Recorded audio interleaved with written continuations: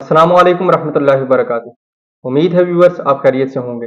आज हम एक ख़ास मर्ज़ के बारे में बात करेंगे जिसके बारे में बहुत ही कम लोग जानते हैं, लेकिन ये मर्ज़ एक आम अमराज की तरह पाया जाता है और इसका इलाज भी लोगों को मालूम ही नहीं है।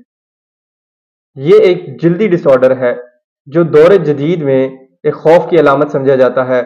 ऐसे मर्ज़ के बारे में बात करेंगे जिसे बर्स कहते हैं। इसमें जल्द पर सफ़ेद दाग बन जाते हैं और ये एक स्किन फंगल डिजीज़ है। इसको मेडिकल टर्म्स में फाइटराइसिस वर्सिकुलर भी कहते हैं। ये मर्ज़ खुद ब खुद भी दूर हो जाता है, लेकिन ज़्यादातर इसको दूर करने के लिए क्रीम्स, लोशंस और इसी के साथ शैम्पूस भी यूज़ किए जाते हैं जिनमें एंटी फंगल कंटेंट पाया जाता है। इस मर्ज़ में आपको सेल्फ कॉन्शियसनेस और माइंड स्ट्रेस जो है वो बहुत ज़्यादा बढ़ जाता है।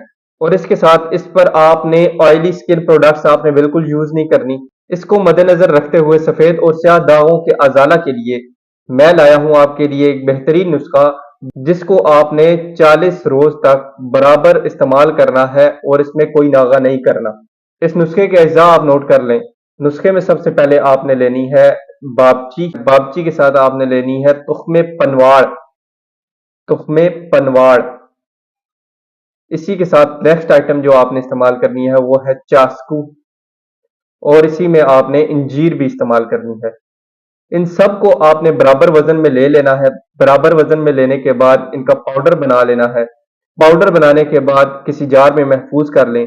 इनकी मिकदार खुराक आपने इस तरह इस्तेमाल करनी है कि 6 से 10 ग्राम इसका पाउडर आपने ले लेना है और किसी पोटली में बांध देना है।